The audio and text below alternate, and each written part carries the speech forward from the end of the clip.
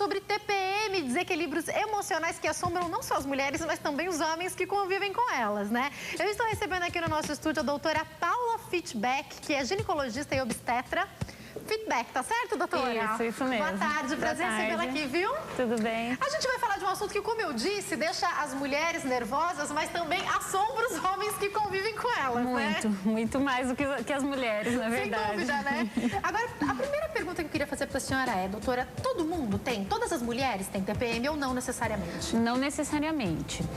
Na realidade, os estudos mostraram que cerca de 70% a 90% das mulheres se queixam em algum momento da sua vida de algum sintoma de TPM, mas desses 70% a 90%, somente 10% são graves, que daí podem ser consideradas como a tensão pré-menstrual ou a forma mais grave, que é a forma de tensão disfórica mesmo. Então, eu queria que a senhora explicasse para nós, doutora, quais são os sintomas que a gente pode considerar, então, mais normais, que acometem esses 70% de mulheres?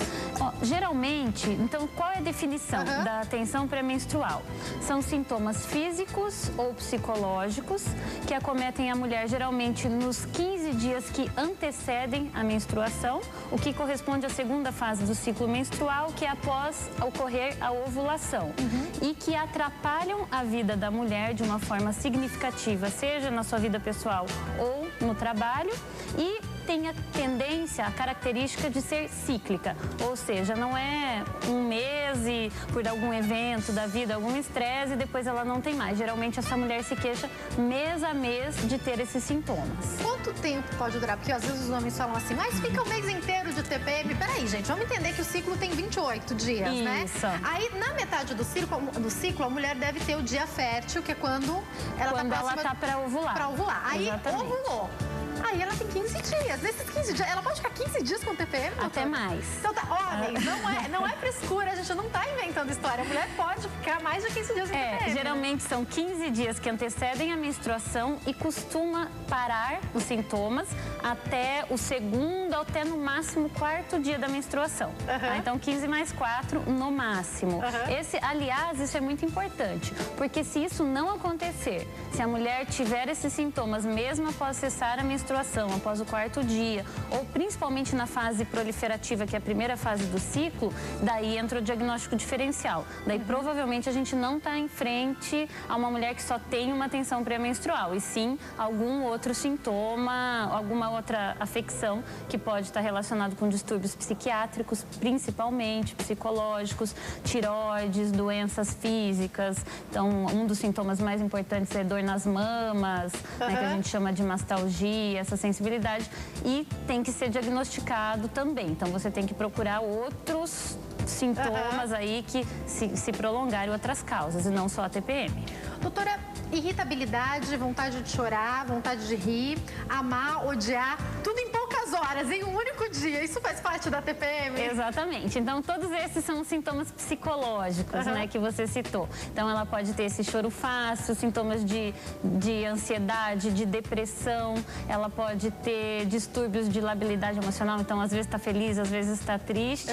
E existem os sintomas daí físicos, né? Então, os mais comuns. Dor de cabeça, né? Cefaleia, a dor de cabeça, dor nas mamas, distúrbios gastrointestinais, então ou prende muito o intestino ou ela tem alguns episódios diarreicos, inchaço nas pernas, dores nas pernas, algumas mulheres ganham peso, então até 2 quilos. Péssima, gente. Você vai se pesar, quando tá próxima à menstruação, você fala, por que eu tô pesando a mais como eu engordei tanto? Não é que você engordou, é por conta dessa retenção hídrica, né, que tem todo um mecanismo aí fisiopatológico já estabelecido, né? Obviamente não existe uma teoria única, mas existem várias teorias aí que justificam essa retenção hídrica.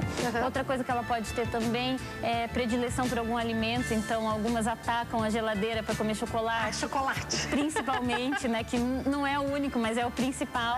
Às vezes salgado também, algumas mulheres têm essa característica de salgado. Então são uma série de sintomas, né, né? Que pode ser físicos como os emocionais, que são os que mais incomodam, na verdade. É genético? Qualquer mulher pode ter TPM? Tem uma explicação do porquê da TPM? Tem mulheres que não sabem o que é isso, né? São poucas, mas tem mulheres que não sabem o que é isso, Tem mulheres que nunca sentem. É genético, sim, porque muitos estudos mostraram que, por exemplo, em irmãs gêmeas, principalmente monozigóticas, que são aquelas que são idênticas, existe uma maior incidência. Existe uma maior incidência entre famílias. Então, se sua mãe tem, se sua irmã tem, se sua tia tem, a sua predisposição é maior. Então, existe já estabelecida essa predisposição genética já na literatura. E essa predisposição genética faz com que alguns moduladores aí, ou hormonais, ou relacionados principalmente com a serotonina, que é aquele o nosso hormônio da alegria, exatamente. Os receptores GABA, alguns já neurotransmissores já estabelecidos com essas conexões hormonais fazem com que você tenha essa predisposição genética, sim. Comer algum alimento ou deixar de comer algum alimento pode melhorar os sintomas da TPM ou ainda não tem nada comprovado quanto a isso? Sim, tem. Muito comprovado. Aliás, uma das formas do tratamento, antes de se pensar em alguma medicação, o importante é mudar o estilo de vida. Então, a mulher tem a TPM, o que se orienta? Por exemplo, o café. Reduzir ou até cortar o café se ela está com aqueles sintomas. Porque um dos principais sintomas da TPM é a tensão, é a irritabilidade, a tensão, muitas têm insônia. Então, a cafeína, ela contribui para a piora desses sintomas. O próprio chocolate, às vezes, pode melhorar ali a curto prazo a irritabilidade, mas ele pode causar cefaleia ou algum distúrbio gastrointestinal posteriormente. Os refrigerantes escuros também, então, né? Coca-Cola, por exemplo. Coca-Cola e todos os alimentos que tenham muito sal. Então, o sódio, no caso. Exatamente, o sódio, os embutidos, enlatados e o próprio sal. Por quê? Porque essa retenção hídrica causado por um sistema que a gente chama de sistema renina-angiotensina-aldosterona, é um dos principais vilões da TPM. Então, se ela conseguir cortar o sal, ela consegue pelo menos regredir um pouco os sintomas e diminuir bastante aí as queixas durante o período. Doutora, a utilização de anticoncepcionais pode ajudar ou piorar? É uma excelente pergunta. Obrigada. Alguns estudos mostram que melhora. Por quê? Porque você faz um bloqueio hormonal. No entanto, os dois hormônios que estão contidos no anticoncepcional também podem ser causadores. Então, algumas mulheres têm um benefício com esse bloqueio hormonal. Outras, você dá o anticoncepcional e ela tem mais sintoma ainda da TPM do que Cada anteriormente. organismo pode responder de uma maneira, Exatamente. né? Depois que eu me casei, eu melhorei muito utilizando o anticoncepcional. Os sintomas da TPM, cólicas menstruais também melhoraram bastante. Pode ajudar algumas mulheres, então, né? Sim, com certeza, porque assim, na etiologia, na fisiopatologia, essa oscilação hormonal do ciclo menstrual, que acontece em todas as mulheres que não estão usando um método de bloqueio como anticoncepcional, é a principal causa da TPM. Então, teoricamente, se você mantiver estável esses hormônios, que é o que a pílula faz, você causa uma melhora dos sintomas. No entanto, uns 5 a 10% das mulheres não tem esse benefício, né? Infelizmente. Mas é um dos tratamentos. Doutora, os homens se queixam muito. Qual que é a dica para os homens? Porque, doutora, né? Médica, convive nessa área. Qual a dica que a senhora daria para os homens na época que a mulher está de TPM? Não irrita, sai de perto. Teve um pastor amigo meu que falou que ele vai jogando chocolate de longe para a esposa, assim, ó. Que brincadeira, né? Então, você tem que falar para ele que às vezes piora. Cuidado que o chocolate também nem sempre é tão bom, né? Ele é só temporário, né? Exatamente. O que fazer? Encaminhar essa mulher para um tratamento. Ela pode ficar brava, não fala para ela procurar tratamento no dia, né? Que ela tá com TPM atacada. Na verdade, ele tem que aprender a identificar.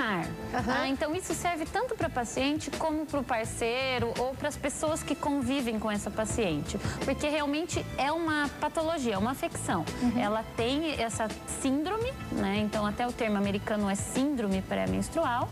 E ela tem que aprender a identificar o que piora e quando ela irá sentir esses sintomas, né? Isso serve para o parceiro também. E tentar ter um pouquinho mais de paciência, né? Mas é importante que se isso começar a interferir, por exemplo, na vida pessoal, ou no casamento, ou no convívio no trabalho, com amigos, que ela procure um especialista, porque existem hoje diversas formas de tratamento com melhoras muito significativas. Porque, doutora, eu fico imaginando, né? Pessoas como, por exemplo, meu pai, com 3 mulheres em casa. Eu, minha mãe e minha irmã, né? Agora eu já tô casada, mas na época que eu era solteira.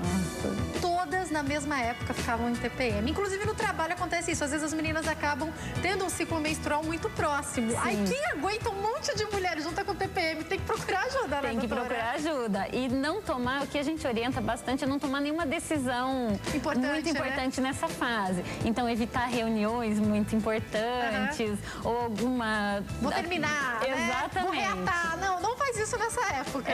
Tentar esse autoconhecimento que ajuda bastante. Mas, obviamente, a medicina está aí também para contribuir, né? Então, às vezes, só essa parte emocional, ela não é o suficiente. Tem que tomar remédio, às vezes, doutora? Muitas vezes tem que tomar medicamentos. Inclusive, um dos melhores medicamentos atualmente são os inibidores da recaptação de serotonina, que está relacionado com toda a síndrome, e que são os antidepressivos, o famoso Prozac, a sertralina, a fluoxetina, que são medicações que podem ser usadas ou contínuas ou somente nesses 15 dias, nesse curto período. Né? Então, isso ainda é um pouco controverso qual é melhor, porque muitas mulheres respondem só nesse período, o que pelo mecanismo da medicação até não é tão simples assim de explicar. Mas, de qualquer forma, existe uma melhora significativa. Além disso, vitaminas, né? Então, existe aí vitamina E, vitamina B6,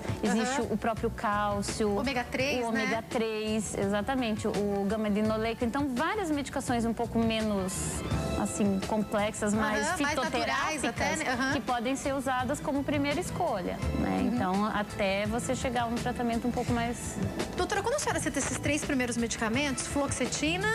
E a sertralina. Esses medicamentos podem causar dependência? Porque eu conheço mulheres que têm indicação, inclusive da ginecologista, para utilizar continuamente. Olha, pode ir tomando fluoxetina ou qualquer um desses. Pode causar algum tipo de dependência, algum problema? Algum problema não. O que acontece é que existe uma certa dependência química, sim, porque você mexe com a serotonina, né? Então, todos esses neurotransmissores, a partir do momento que você tem esse bem-estar, você pode ter essa dependência. Mas até onde a literatura estudou, não existe nenhum mal em usar. Os inibidores da recaptação de serotonina são antidepressivos muito simples. Eles são, assim, muito próximos de medicações aí até... Eles não são nem tarja preta. Não fazem mal, né? Exatamente. Você Quando eu tava pra casar, eu usei fluoxetina, gente. Exatamente. O médico me falou, você toma, que é a melhor coisa que você faz, que eu tava muito ansiosa próxima do casamento. E o medo de engordar, né? Isso. E se você fica ansiosa, você come demais. E a fluoxetina te ajuda a não comer tanto no período da ansiedade, Ele né? tira essa ansiedade, tanto que ele te prescreveu por um curto período. Isso, foi só um mês antes do casamento. Então é muito raro você ter dependência, né? É diferente de alguns outros antidepressivos. Sibutramina, por exemplo, que fica nessa discussão, pode é um pouco mais forte, exatamente, né? que o mecanismo dele é outro, né? Ele não é só uma medicação como a sertralina e a fluoxetina, ele tem um outro mecanismo de ação. Então, a princípio, entre ter os sintomas e usar, então, ele é muito... lógico. O benefício dele é muito incrível, grande. Né? Ainda mais esses que são bem leves. Doutora, eu tô caminhando pro final do bate-papo, mas eu tenho uma pergunta. Eu queria que a senhora explicasse para nós, em alguns casos, a senhora indica terapia para essas mulheres também? Sim, com certeza. Porque o principal diagnóstico diferencial, na verdade, da TPM, porque ela é uma doença, na verdade, que a gente chama de neuropsicoendócrina, né? Então, ela tem um fundamento neurológico, psicológico e psiquiátrico e endócrino hormonal. Exatamente. Então, uma das formas mais graves, ela inclusive o diagnóstico dela está contido no DSM-4, que é o nosso guia de doenças psiquiátricas. Uau! Tá, exatamente. Pode desencadear depressão e outras doenças? Com certeza. É um dos principais, assim, agravantes são distúrbios de depressão, ansiedade, transtorno bipolar. Então, é importante que, se começar a fugir o controle, realmente ver que aquilo não está dentro de um limite tolerável, ou essas primeiras medidas que geralmente o ginecologista passa não são sendo efetivas, é importante que seja encaminhado para um terapeuta e para um psiquiatra. Eu acho que isso tem a ver com tudo que cada ser humano, que cada mulher é. Porque, por exemplo, eu posso estar na TPM que for triste, é raríssimo eu ficar, porque não é da minha personalidade ficar triste. Mas eu fico muito irritada se eu não prestar atenção, eu saio brigando com todo mundo. Exatamente. Então, cada mulher tem uma personalidade e pode trabalhar isso também na terapia, né? Sim, e essa própria TPM pode, numa mulher que já tem uma predisposição a ser uma pessoa depressiva, né, que a gente sabe que depressão tem uma certa predisposição, a próprio transtorno bipolar, isso pode desencadear essa doença psiquiátrica. Então, é importantíssimo que isso seja observado. Então, uma dica boa, vai à sua ginecologista, vai fazer aquela consulta, que é uma consulta que você está acostumada a fazer, de rotina, e conta pra ela o que está acontecendo, que a ginecologista pode ajudar e encaminhar, se necessário, para terapeuta também, né? Com certeza. O importante, às vezes, é até você orientar essa paciente a fazer um diário.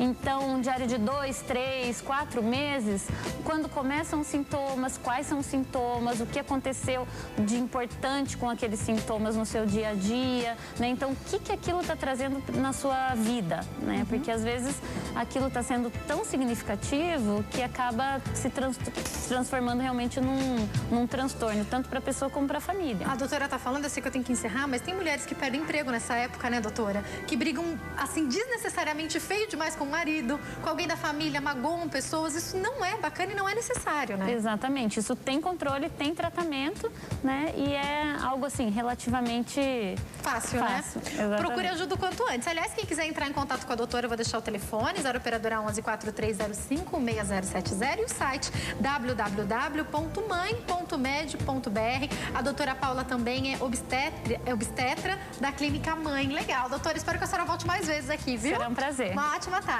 Obrigada.